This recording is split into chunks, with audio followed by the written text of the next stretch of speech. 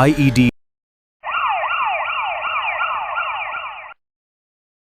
ನಮಸ್ಕಾರ ಸ್ನೇಹಿತರೆ, ಈ ಒಂದು ವಿಚಾರ ತುಂಬಾ ಗಂಭೀರವಾದಂತ ವಿಚಾರ. ಎಲ್ಲರೂ ಕೂಡ ಇದನ್ನು ಗಮನಿಸಿರ್ತೀರಾ. ಕೆಲವೊಬ್ಬರು ವ್ಯಕ್ತಿಗಳು ಮಾತಿನ ಮಧ್ಯೆ, ಕೆಲವೊಂದು ವಿಷಯದ ಮಧ್ಯೆ ತಕ್ಷಣ ಕೋಪಗೊಳ್ಳುವಂತದ್ದು, ತಕ್ಷಣ ಪ್ರತಿಕ್ರಿಯೆಯನ್ನು ನೀಡುವಂತದ್ದು ನಾವು ನೋಡಿರ್ತೀವಿ. ಅಥವಾ ಅವರಿಗೆ ಸಿಕ್ಕಂತ ವಸ್ತುಗಳನ್ನ ಎಸೆಯುವಂತದ್ದು, ಅಥವಾ ಬಾಗಿಲುಗಳನ್ನ ಹೊಡೆಯುವಂತದ್ದು, ಸಿಕ್ಕ ಮೊಬೈಲ್ ಅನ್ನು ಎಸೆಯುವಂತದ್ದು, ಇಂತಹ ಒಂದು ವಿಚಾರಗಳನ್ನು ನೋಡಿರ್ತೀವಿ. ಇದು ಬಹಳ ಅತಿರೇಕವಾಗಿ ವರ್ತಿಸುವಂತ ವ್ಯಕ್ತಿಗಳಿರ್ತಾರೆ. ಈ ಒಂದು ಇಂತಹ ವ್ಯಕ್ತಿಗಳನ್ನ ನೀವು ಗಮನಿಸಿರ್ತೀರ. ಯಾಕೆ ಹೀಗಾಗತ್ತೆ ಅನ್ನೋ ಒಂದು ವಿಚಾರವನ್ನ, ಕೋಪ ಅನ್ನೋದು ಒಂದು ಮಾನಸಿಕವಾದಂತಹ ಒಂದು ಭಾವನೆ ಎಲ್ಲರಿಗೂ ಕೂಡ ಇರುತ್ತೆ.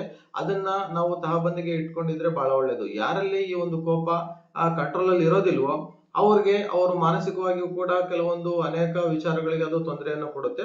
ಹಾಗಾದ್ರೆ ಇವರು ಯಾಕೆ ಹೀಗೆ ಸಿಡುತ್ತಾರೆ? ಈ ಒಂದು ಸಿಡಿಲಿಕ್ಕೆ ಕಾರಣ ಏನಾದ್ರು ಇದೆಯಾ? ಆದ್ರೆ ಆ ಕಾರಣ ಏನು? ಇದಕ್ಕೆ ಏನಾದ್ರು ಪರಿಹಾರ ಇದೆಯಾ? ಅಂತಹ ವಿಚಾರಗಳನ್ನು ಇವತ್ತು ನೋಡುವ. ಇದು ಸಾಮಾನ್ಯವಾಗಿ ಇದು ಮಾನಸಿಕವಾದಂತಹ ಒಂದು ಪ್ರಕ್ರಿಯೆ. ಇದು ಮಾನಸಿಕವಾದಂತ ಖಿನ್ನತೆ ಅಂತ ಕೂಡ ಹೇಳ್ಬೋದು. ಇದನ್ನ ನಾವು IED ಅಂತ ಕರಿತೀವಿ. IED ಅಂತಂದ್ರೆ ಇಂಟರ್ಮಿಟೆಂಟ್ ಎಕ್ಸ್ಪ್ಲೋಸಿವ್ ಡಿಸಾರ್ಡರ್ ಅಂತ, IED ಅಂತ ಹೇಳ್ಬಿಟ್ಟು. ಇದು ಅತಿ ಹೆಚ್ಚು ಕೆಲವೊಂದು ವಿಚಾರದಲ್ಲಿ ಅವರು ಒಂದು ಅಗ್ರೆಸಿವ್ ಆಗಿ ಬಿಹೇವ್ ಮಾಡ್ತಾರೆ. ಯಾಕೆ ಹೀಗಾಗುತ್ತೆ ಅನ್ನೋ ಒಂದು ವಿಚಾರವನ್ನ ಇವತ್ತಿನ ವಿಡಿಯೋದಲ್ಲಿ ನಾವು ನೋಡುವ. ಈ IED ಇರುವಂತ ವ್ಯಕ್ತಿಗಳು, ಅಂದ್ರೆ ಇಂಟರ್ಮಿಟೆಂಟ್ ಎಕ್ಸ್ಪ್ಲೋಸಿವ್ ಡಿಸಾರ್ಡರ್ ಇರುವಂತ ವ್ಯಕ್ತಿಗಳು ಏನ್ ಮಾಡ್ತಾರೆ, ಪದೇ ಪದೇ ಅವರು ಒಂದು ಕೋಪಗೊಳ್ಳುವಂತದ್ದು, ಇಂತಹ ಒಂದು ವಿಚಾರಗಳನ್ನ ಕಾಣ್ತೀವಿ. ಅವ್ರೇನಾದ್ರೂ ಕೂಡ ಒಂದು ಡ್ರೈವ್ ಮಾಡ್ತಾ ಇತ್ತು ಅಂತಂದ್ರೆ, ಯಾರಾದ್ರೂ ಕೂಡ ಓವರ್ಟೇಕ್ ಮಾಡಿದ್ರು ಕೂಡ ಸಿಡ್ಕುವಂತದ್ದು, ತಕ್ಷಣ ಅವ್ರಿಗೆ ಸಿಟ್ಟು ಬಂದೇ ಬಿಡುತ್ತೆ. ಜೊತೆಗೆ ಮಕ್ಕಳು ಏನಾದ್ರೂ ಕೂಡ ಅವರು ಗಲಾಟೆ ಮಾಡ್ತಾ ಇರೋಂಥದ್ದು, ಒಂದು ಗದ್ದಲ ಮಾಡ್ತಾ ಇರೋದಂತ ಮಾಡುತ್ತಂತದನ್ನು ಕೂಡ ಅವ್ರಿಗೆ ತಕ್ಷಣ ಒಂದು ಸಿಟ್ಟು ಬರುತ್ತೆ. ಜೊತೆಗೆ ಏನಾದ್ರೂ ಕೂಡ ಮೊಬೈಲ್ ಅನ್ನು ಬಳಸ್ತಾ ಇರ್ತಾರಲ್ವಾ, ಮೊಬೈಲ್ ಅನ್ನು ಬಳಸ್ತಾ ಇದ್ದಾಗ ಅದೇನೋ ಸ್ಲೋ ಆಗುವಂತದ್ದು, ಡೌನ್ಲೋಡ್ ಲೇಟ್ ಆಗೋದನ್ನು ಕೂಡ ತಕ್ಷಣ ಒಂದು ಮೊಬೈಲ್ ಮೇಲೆ ಸಿಟ್ಟನ್ನ ತೋರಿಸುವಂತದ್ದು, ಕೆಲವೊಂದು ಬಾರಿ ಮೊಬೈಲ್ ನ ಹೊಡೆಯುವಂತದ್ದು, ಮೊಬೈಲ್ ಅನ್ನು ಎಸೆಯುವಂತದ್ದು ಮಾಡ್ತಾರೆ. ಈಗ ಒಂದು ಟಿವಿ ಒಂದು ಪ್ರೋಗ್ರಾಮ್ ಅನ್ನು ನೋಡ್ಬೇಕಾಗಿರುತ್ತೆ. ಅವರು ಆ ಒಂದು ಪ್ರೋಗ್ರಾಮ್ ನೋಡ್ಬೇಕು ಅಂತಂದಾಗ ಅವರಿಗೆ ರಿಮೋಟ್, ಟಿವಿ ಆನ್ ಮಾಡ್ಲಿಕ್ಕೆ ರಿಮೋಟ್ ಸಿಗ್ಲಿಲ್ಲ ಅಂದ್ರೆ ತಕ್ಷಣ ಕೋಪಗೊಳ್ಳುವಂತದ್ದು, ಸಿಕ್ಕಿದ ವಸ್ತುಗಳನ್ನು ಎಸೆಯುವಂತದ್ದು, ಇಂತಹ ಒಂದು ಪ್ರಕ್ರಿಯೆಯನ್ನ ಅವರು ಮಾಡ್ತಾರೆ. ಇದನ್ನ ನಾವು IED ಅಂತ ಕರೆಯುವಂತದ್ದು. ಅವರಿಗೆ ಕೋಪ ಅನ್ನುವಂಥದ್ದು ಕಂಟ್ರೋಲ್ ಇರೋದಿಲ್ಲ. ಅವರು ತಕ್ಷಣ ಅದನ್ನ ಒಂದು ಅಗ್ರೆಸಿವ್ ಆಗಿ ವ್ಯಕ್ತಪಡಿಸ್ತಾರೆ. ಇದನ್ನ ನಾವು IED ಅಂತ ಕರಿತೀವಿ. ಈ ಒಂದು IED ಯಾರಲ್ಲಿ ಸಾಮಾನ್ಯವಾಗಿ ಕಾಣಿಸ್ಕೊಳ್ಳುತ್ತೆ ಅಂತಂದ್ರೆ, ಪುರುಷರಲ್ಲಿ ಇದು ಹೆಚ್ಚು ಕಂಡು ಬರುತ್ತೆ.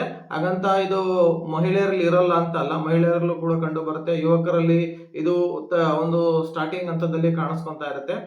ಯಾರೆಲ್ಲ ಒಂದು ಬಾಲ್ಯದಲ್ಲಿ ಒಂದು ಹಿಂಸಾತ್ಮಕವಾದಂತ ಮನೋಭಾವವನ್ನು ಬಳಸ್ಕೊಂಡಿರ್ತಾರಲ್ಲ, ಒಂದು ಜಾಸ್ತಿ ಸಿಟ್ಟು, ಈ ರೀತಿಯಾದಂತ ವಿಚಾರಗಳನ್ನ ಯಾರು ಬಳಸ್ಕೊಂಡಿರ್ತಾರೆ, ಬೆಳೆಸ್ಕೊಂತ ಹೋಗಿರ್ತಾರಲ್ಲ, ಅಂತಹ ವ್ಯಕ್ತಿಗಳಲ್ಲಿ ಈ ಒಂದು IED ಬರೋ ಸಾಧ್ಯತೆ ಹೆಚ್ಚಿರುತ್ತೆ.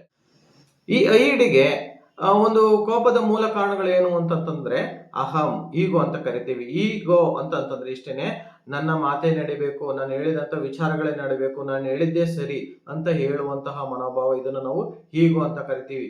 ಯಾವಾಗ ಈ ಒಂದು ಈಗೋಗೆ ಅವ್ರಿಗೆ ಹರ್ಟ್ ಆಗುತ್ತೋ, ಅವ್ರಿಗೆ ಕೋಪ ಹೆಚ್ಚಾಗುತ್ತೆ. ಅಂದ್ರೆ ಅವರು ಏನೋ ಒಂದು ವಿಚಾರವನ್ನು ಹೇಳ್ತಿರ್ತಾರೆ, ಆ ಒಂದು ವಿಚಾರಕ್ಕೆ ವಿರುದ್ಧವಾಗಿ ಯಾರಾದ್ರೂ ಮಾತಾಡ್ತು ಅಂತಂದ್ರೆ ತಕ್ಷಣ ಕೋಪ ಬರುತ್ತೆ. ಅವ್ರು ಹೇಳಿದಂತ ಮಾತೇ ನಡಿಬೇಕು, ಅವ್ರು ಹೇಳಿದ್ದೇ ಸರಿ ಅನ್ನೋ ಒಂದು ಮನೋಭಾವನೆ ಯಾರು ಹೊಂದಿರ್ತಾರೆ ಅಂತವರಲ್ಲಿ ಇದನ್ನ ನಾವು ಕಾಣ್ತೀವಿ, ಈಗೋ ಹರ್ಟ್ ಆದಾಗ. ನೆಕ್ಸ್ಟ್ ನಿರೀಕ್ಷೆಗಳು. ಅವರು ಕೆಲವೊಂದು ನಿರೀಕ್ಷೆಗಳನ್ನ ಮಾಡ್ಕೊಂಡಿರ್ತಾರೆ. ನಾನು ಇಷ್ಟಪಟ್ಟಂಗೆ ಈ ರೀತಿನೇ ಇರಬೇಕು ಅನ್ನೋ ಒಂದು ವಿಚಾರ. ಯಾವುದೇ ಒಂದು ವಿಚಾರವನ್ನ ನಾನು ಹೇಳ್ದಂಗೆ ನಡಿಬೇಕು, ಇದನ್ನ ಹೇಳಿದೀನಿ ಅದೇ ರೀತಿ ನಡಿಬೇಕು ಅನ್ನೋ ಒಂದು ವಿಚಾರವನ್ನ ಅವ್ರು ವ್ಯಕ್ತಪಡಿಸಿರ್ತಾರೆ.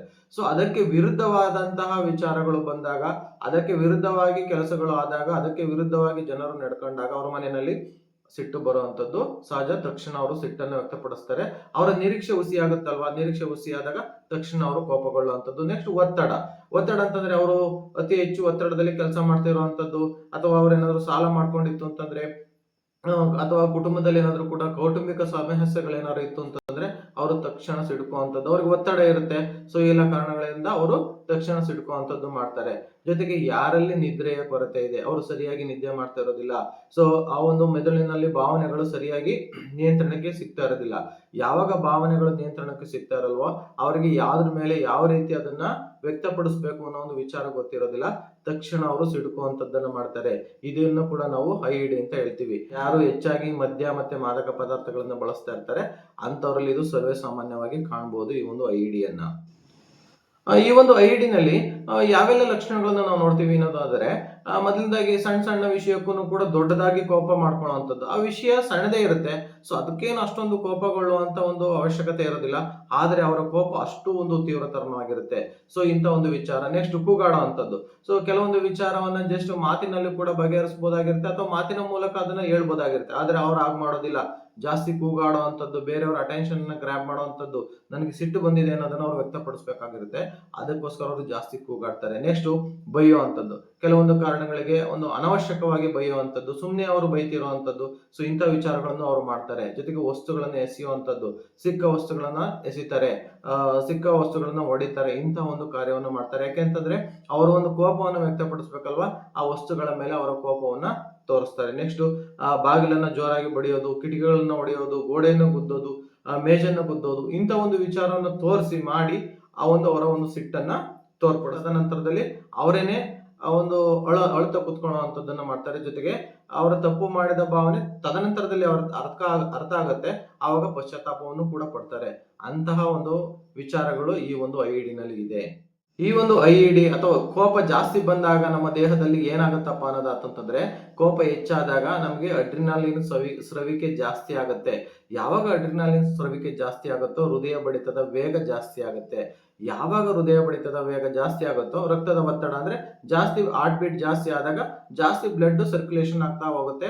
ಆವಾಗ ಏನಾಗುತ್ತೆ, ನಮ್ಮ ದೇಹದಲ್ಲಿ ಒಂದ್ ಸ್ವಲ್ಪ ರಕ್ತದ ಒತ್ತಡ ಜಾಸ್ತಿ ಆಗುತ್ತೆ, ಉಸಿರಾಟದ ವೇಗ ಜಾಸ್ತಿ ಆಗುತ್ತೆ, ಜೊತೆಗೆ ಸ್ನಾಯುಗಳು ಸ್ಟ್ರಾಂಗ್ ಆಗ್ತಾ ಹೋಗ್ತವೆ, ಬಿಗಿ ಆಗ್ತಾ ಹೋಗ್ತವೆ.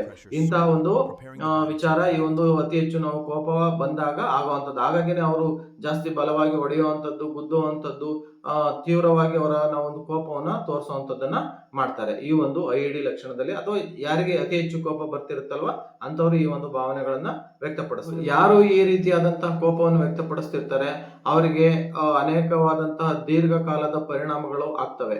ಸೊ ಒಂದು ಸ್ಟಾರ್ಟಿಂಗ್ 1 or 2 ಡೇಸ್ ನಲ್ಲಿ ಏನೋ ಸಮಸ್ಯೆ ಇಲ್ಲದೆ ಇರಬಹುದು, ಆದ್ರೆ ಅವರು ಕಾಲದವರೆಗೆ ಇದನ್ನ ಅವರು ಮುಂದುವರಿಸ್ತು ಅಂತಂದ್ರೆ ಖಂಡಿತ ಈ ಒಂದು ಸಮಸ್ಯೆಗಳಾಗ್ತವೆ. ಏನಾಗ್ತಾವಪ್ಪ ಅಂತಂದ್ರೆ, ಈ ಒಂದು ನಿಯಂತ್ರಣದ ವಿಲಯದ ಕೋಪದಿಂದಾಗಿ ಅವರ ಒಂದು ಮನೆಯಲ್ಲಿ ಸಂಬಂಧಗಳು ಹಾಳಾಗುವಂಥದ್ದು. ಸೊ ಯಾರೆಲ್ಲ ಒಂದು ಗಂಡ ಹೆಂಡತಿ ಮಧ್ಯೆ ಈ ರೀತಿಯಾದಂತಹ ಸಮಸ್ಯೆ ಇತ್ತು ಅಂತಂದ್ರೆ ದಾಂಪತ್ಯಗಳು ಹಾಳಾಗುವಂಥದ್ದು. ಈ ಒಂದು ಫ್ಯಾಮಿಲಿನಲ್ಲಿ ಮಕ್ಕಳ ಒಂದು ಮಾನಸಿಕ ಸ್ಥಿತಿನೂ ಕೂಡ ಹಾಳಾಗಿರುತ್ತೆ. ಸೊ ಅವರ ಒಂದು ವಿಚಾರದಲ್ಲೂ ಕೂಡ ಬಹಳ ತೊಂದರೆಗಳಾಗ್ತವೆ. ಮಕ್ಕಳು ಕೂಡ ಒಂದು ಮಾನಸಿಕವಾಗಿ ಬೇರೆ ರೀತಿನೇ ಥಿಂಕ್ ಮಾಡುವಂಥದ್ದು. ಜೊತೆಗೆ ಒಂದು ಒಂದು ಕೆಲಸದಲ್ಲಿ ಅವ್ರು ಈ ರೀತಿ ತೋರಿಸಿದ್ರೆ ಕೆಲಸ ಕಳ್ಕೊಳ್ಳುವಂತಹ ಒಂದು ಸಂಭವವೂ ಇರುತ್ತೆ. ಯಾವಾಗ ಇದು ಅತಿಯಾದಂತಹ ರಕ್ತದ ಒತ್ತಡ ಮತ್ತೆ ಹೃದಯ ಸಂಬಂಧಿ ಒಂದು ವಿಚಾರವಾಗಿರೋದ್ರಿಂದ ಒಂದು BP ಬರುವಂತದ್ದು, ಹೃದಯಕ್ಕೆ ಸಂಬಂಧಿಸಿದಂತಹ ಅನೇಕ ತೊಂದರೆಗಳಾಗುವಂಥದ್ದು, ಕೆಲವೊಂದು ಬಾರಿ ಹೃದಯ ತೊಂದರೆಗೆ ಒಳಗಾಗುವಂತ ಸಮಸ್ಯೆ ಜಾಸ್ತಿ ಇರುತ್ತೆ. ಜೊತೆಗೆ ಆತಂಕ ಮತ್ತೆ ಖಿನ್ನತೆಗಳಿಂದ ಇವರು ಮಾನಸಿಕ ರೋಗಿಯಾಗಿ ಕೂಡ ಬದಲಾಗ್ತಾರೆ. ಹಾಗಾದ್ರೆ ಇಂತಹ ಒಂದು ಸಮಸ್ಯೆಗೆ ಚಿಕಿತ್ಸೆ ಇದೆಯಾ? ಖಂಡಿತ ಇದೆ. ಇಂತಹ ಒಂದು ವ್ಯಕ್ತಿಗಳು ಏನಾದ್ರು ಕಂಡು ಬಂದಾಗ ಅವ್ರಿಗೆ ತಕ್ಷಣದಲ್ಲಿ ಒಂದು ಸೂಕ್ತವಾದಂತಹ ಚಿಕಿತ್ಸೆಯ ಅವಶ್ಯಕತೆ ಇರುತ್ತೆ. ಮನೋವೈದ್ಯರ ಬಳಿಗೆ ಕರ್ಕೊಂಡು ಹೋಗ್ಬಿಟ್ಟು ಅವರಿಗೆ ಕೆಲವೊಂದು ಸಲಹೆಯನ್ನು ಕೊಡಿಸುವಂತದ್ದು, ಕೌನ್ಸಿಲಿಂಗ್ ಅನ್ನ ಮಾಡಿಸುವಂತದ್ದು ಮುಖ್ಯವಾಗಿರುತ್ತೆ. ಏನಾದ್ರೂ ಕೂಡ ಸಮಸ್ಯೆ ಜಾಸ್ತಿ ಇತ್ತು ಅಂತಂದ್ರೆ ಅವರಿಗೆ ಕೆಲವೊಂದು ಮೆಡಿಕೇಶನ್ಸ್ ಅನ್ನು ಕೂಡ ಕೊಡ್ತಾರೆ ಮನೋವೈದ್ಯರು. ಸೊ ರೆಗ್ಯುಲರ್ ಆಗಿ ಮೆಡಿಕೇಶನ್ ತಗೊಂತ ಅವರು ಈ ಒಂದು ಚಿಕಿತ್ಸೆಯನ್ನ ಪಡ್ಕೋಬಹುದು. ಯಾರಿಗೆಲ್ಲ ಈ ಒಂದು ಕೋಪ ಈ ರೀತಿಯಾದಂತಹ ಒಂದು ವಿಚಾರಕ್ಕೆ ಕಾರಣವಾಗುತ್ತೆ ಅನ್ನೋ ಒಂದು ವಿಚಾರದ ಅರಿವಿದ್ದವರು ಕೆಲವೊಂದು ಕೋಪವನ್ನು ನಿಯಂತ್ರಿಸುವಂತಹ ವಿಧಾನಗಳನ್ನು ಅಳವಡಿಸ್ಕೋಬಹುದು. ಹೇಗೆ ಈ ಒಂದು ಕೋಪವನ್ನ ನಾವು ನಿಯಂತ್ರಿಸಬಹುದು ಅನ್ನೋದಂತಂದ್ರೆ, ಕೋಪ ಬಂದ ತಕ್ಷಣ ನಾವೇನ್ ಮಾಡ್ಬೇಕು ಅಂತಂದ್ರೆ ಮಾತಾಡುವುದನ್ನ ಕಾಲ ನಿಲ್ಲಿಸ್ಬೇಕು. ಸೊ ಈ ಮಾತಿಗೆ ಬೆಳೆದೇನೆ ಕೂಡ ಸಮಸ್ಯೆ ಆಗುವಂತದ್ದು. ನಾವೇ ಕೂಡ ಶಾಂತರಾಗುವಂತಹ ಒಂದು ಹವ್ಯಾಸವನ್ನ ಬಳಸ್ಕೋಬೇಕು. ನೆಕ್ಸ್ಟ್ ನಿಧಾನವಾಗಿ ಉಸಿರು ತೆಗೆದುಕೊಳ್ಳುವಂಥದ್ದು, ನಿಧಾನವಾಗಿ ಉಸಿರು ಬಿಡುವಂತದ್ದನ್ನ ಒಂದು 5 ನಿಮಿಷ 10 ನಿಮಿಷ ಆ ಒಂದು ಸಮಯದಲ್ಲಿ ಮಾಡಿದಾಗ ನಮ್ಮ ಮನಸ್ಸು ಶಾಂತ ಚಿತ್ತದಿಂದ ಆ ಒಂದು ವಿಚಾರದ ಬಗ್ಗೆ ಆಲೋಚನೆ ಮಾಡ್ಲಿಕ್ಕೆ ಸ್ಟಾರ್ಟ್ ಆಗುತ್ತೆ. ಆವಾಗ ತಾನೇನೆ ಈ ಒಂದು ಕೋಪ ತಣ್ಣಗಾಗುತ್ತೆ. ಅಥವಾ ಅಲ್ಲಿ ಒಂದು ಸಮಸ್ಯೆ ಒಂದು ಬಿಗಡಾಯಿಸಿರುವಂತ ಒಂದು ವಾತಾವರಣ ಇತ್ತು ಅಂತಂದ್ರೆ ಆ ಒಂದು ಸ್ಥಳದಿಂದ ಸ್ವಲ್ಪ ದೂರನೇ ಹೋಗುವಂತದ್ದು ನಾವು. ಸೊ ದೂರ ಹೋದಾಗ ಏನಾಗುತ್ತೆ, ಒಂದು ಸಮಸ್ಯೆಯಿಂದ ದೂರ ಇದ್ದಾಗ ತದನಂತರದಲ್ಲಿ ನಮ್ಮ ಮನಸ್ಸು ಶಾಂತವಾಗುವಂತಹ ಸಾಧ್ಯತೆ ಇರುತ್ತೆ.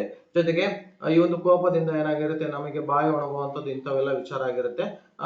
ಒಂದು ಸೈಡ್ಗೆ ಹೋಗ್ಬಿಟ್ಟು ಸ್ವಲ್ಪ ನೀರನ್ನು ಕುಡಿದು ಸಮಾಧಾನವಾಗಿ ಕುತ್ಕೊಳ್ಳುವಂಥದ್ದು, ಈ ರೀತಿ ಎಲ್ಲ ಮಾಡೋದ್ರಿಂದ ಏನಾಗುತ್ತೆ, ಆ ತಕ್ಷಣದಲ್ಲಿ ನಾವು ಕೋಪವನ್ನ ನಿಯಂತ್ರಣದಲ್ಲಿ ಇಟ್ಕೋಬಹುದು.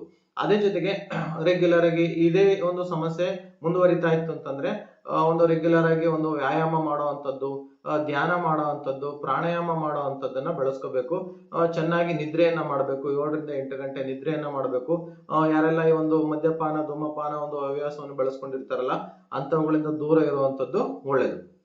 ಜೊತೆಗೆ ಅವರೇನೆ ಒಂದು ಆಟೋ ಕೌನ್ಸಿಲಿಂಗ್ ಅನ್ನ ಮಾಡ್ಕೋಬೇಕು.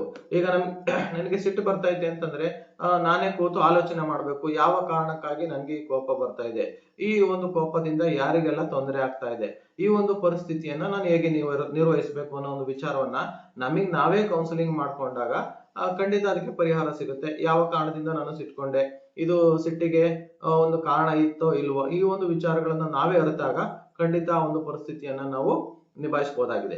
ಯಾವಾಗ ಈ ಒಂದು ಸಮಸ್ಯೆ ಬಹಳ ಕಾಲದವರೆಗೆ ಮುಂದುವರಿಯುತ್ತೋ, ಇದು ನಿಯಂತ್ರಣಕ್ಕೆ ಬರೋದಿಲ್ವೋ, ಸೊ ಈ ಒಂದು ವಿಚಾರ ಬಂದಾಗ ಖಂಡಿತ ಅವರು ಮನೋವೈದ್ಯರನ್ನ ಕಂಡು ಸೂಕ್ತವಾದಂತ ಚಿಕಿತ್ಸೆಯನ್ನ ಪಡ್ಕೋಬೇಕಾಗಿರುತ್ತೆ. ಹಾಗಾಗಿ ಈ ಒಂದು ಐಡಿಯ ಬಗ್ಗೆ ನಿಮ್ಗೆಲ್ಲರೂ ಕೂಡ ತಿಳಿದಿದೆಯಲ್ವ ವಿಚಾರ. ಸೊ ಇದು ಬಹಳ ಒಂದು ಮುಖ್ಯವಾದಂತ ವಿಚಾರ. ಈ ಒಂದು ಕೋಪ ಅನ್ನುವಂಥದ್ದು ಅನೇಕ ವಿಚಾರಗಳಿಗೆ, ಅನೇಕ ಅನರ್ಥಗಳಿಗೆ ಕಾರಣವಾಗುತ್ತೆ. ಹಾಗಾಗಿ ಈ ಒಂದು ವಿಚಾರವನ್ನು ನಿಯಂತ್ರಿಸುವಂತಹ ವಿಚಾರವನ್ನು ನಾನು ಇವತ್ತು ಹೇಳಿದ್ದೀನಿ. ಯಾರಿಗೆಲ್ಲ ಈ ಒಂದು ವಿಡಿಯೋ ಇಷ್ಟ ಆಗಿದೆ, ಲೈಕ್ ಮಾಡಿ, ಸಬ್ಸ್ಕ್ರೈಬ್ ಮಾಡಿ, ನಿಮ್ಮ ಫ್ಯಾಮಿಲಿ ಫ್ರೆಂಡ್ಸ್ಗೆ ಈ ಒಂದು ವಿಚಾರವನ್ನ ತಲುಪಿಸಿ. ಧನ್ಯವಾದಗಳು.